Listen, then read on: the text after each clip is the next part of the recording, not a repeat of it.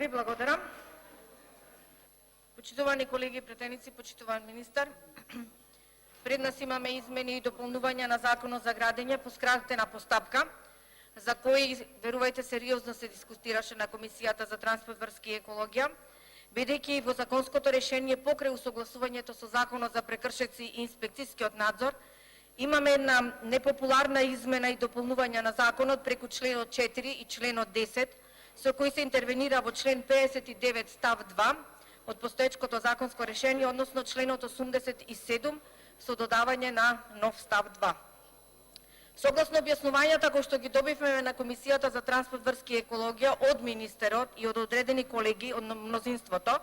кои се обидуваат да му дадат соодветно образложение на измените и дополнувањата, за жал истите беа неуспешни, бидејќи ваквите измени и дополнувања не можат да бидат објаснети, а се напишани во една таква, како да кажаме, на непрецизна, нејасна форма, да не може дури законодавецот кој што го пишувал законот да го разбере, а камоли обичниот граѓанин.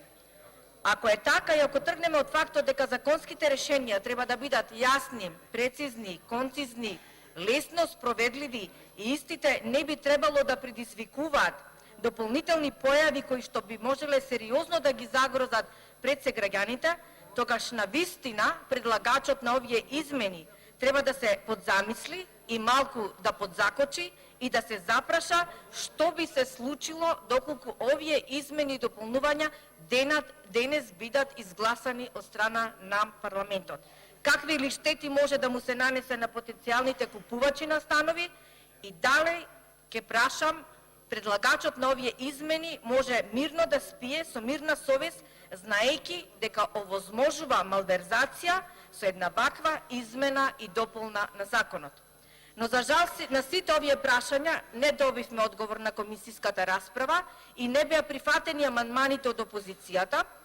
и со тоа само се потврдува фактот дека пред нас имаме уште едно строго наменски измени и дополнување на Законот за градење, и ова е, верувајте, доволен доказ дека предлагачот одработил за некој на кој ваквата измена би му била од голема корист од X причини. Дали тоа се од материјална корист, дали тоа е уцена од одредени градежни моќници, кои што си дозволуваат буквално се да купат, само и само да можат на секоја една педа земја да можат да изградат објекти, и она што верувам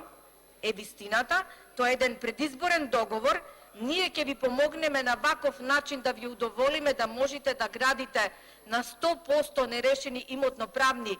односи на парцелата, а од друга страна вие едноставно ќе ни вратите назад на предвремените парламентарни избори.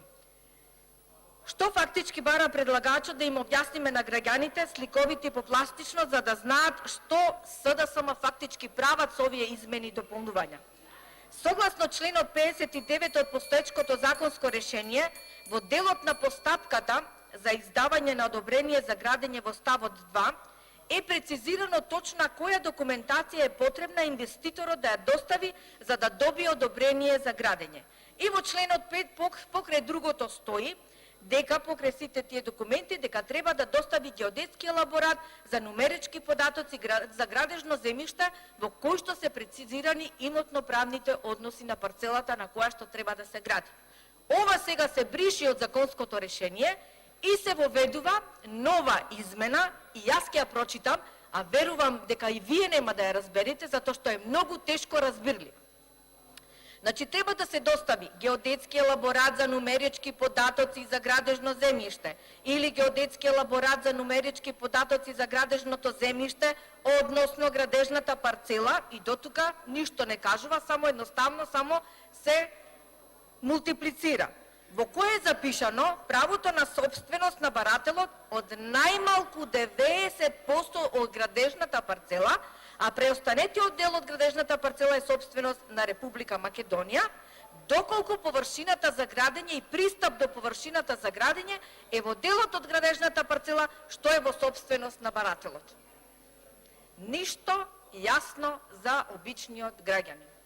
Што ова значи? Ова значи дека инвеститорите или градежните фирми, или еве да бидам покултурна, барателите на дозвола на градење ќе им биде дозволено да можат да поднесат барање за одобрение за градба и истото да биде добиено и да се отпочне со градба, иако собственоста на градежната парцела не е во 100% собственост на барателот. Сега предлагачот на измените им овозможува на барателите тоа да го направат, односно да ја добијат дозволата за градба, доколку и 90% се решени имотноправните прашања на градежната парцела,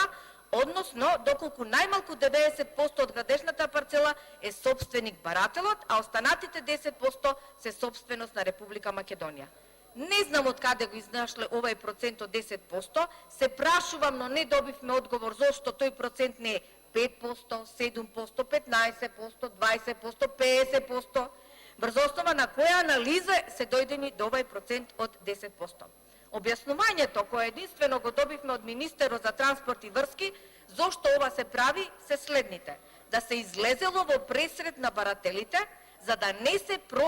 кочи процесот и можноста да се отпочне со изградба, давајќи му можност на инвеститорот во текот на изградбата да може да ги решава тие 10% на собственост. И второ, им даваме можност на локалните самоуправи да си ги наполнат своите општински каси и го стимулираме градежништвото. Овие беа објаснувањето од страна на министерот, но за жал, наспроти овие наводно позитивни компоненти стојат други, кои што, верувајте се, далеку сежни лоши последици, кои што обичниот граѓанин, честниот граѓанин, кој си ги почитува законите во државата, кој сака на честен и правичен начин да си дојде до целта, односно да си купи стан и да биде сигурен во својата инвестиција, за жал, предлагачот тоа не го предвидел. Предлагачот предвидел се исклучиво како да ги задоволи нарачателот на овие измени. Но зад ова постои една огромна опасност, една огромна замка која за жал со ова законско решение не е решена.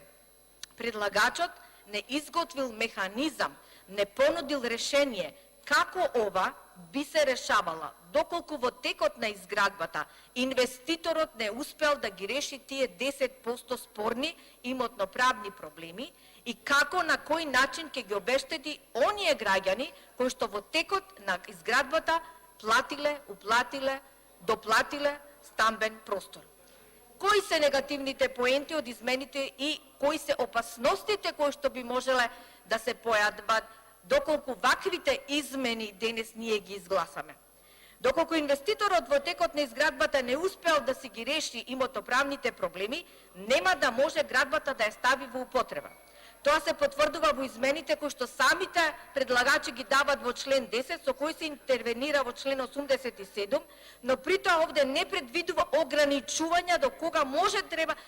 да трае нерешавањето на имотноправните проблеми. Ова би одело во недоглед, тие би можеле да се решат и во текот на градбата. Тоа не можеме да го оспориме, но постојат и варијанти тие и воопшто да не се решат. Да се решат за 2 години, за 5 години, за 15 години, за 50 години. И се поставува прашањето како ќе се здобијат тогаш со имотен лист оние станари кои што извршиле уплата и сакат да си купат стан во тие згради кои што се изградени на земјиште кое што 100% не е имотноправно решено. Второ, или пак со ова се прави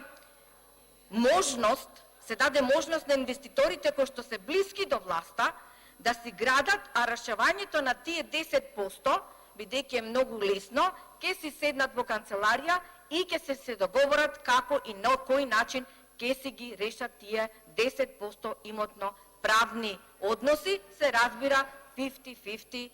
системот на решавање на договорите. Трето, нема да можат инвеститорите, доколку не стекнат во цело собственост на предметното градежно земјиште, нема да можат да направат упис во катастар, односно при пренос на објектот од листот за пребележување на идната градба на имотен лист. И ова е доволен доказ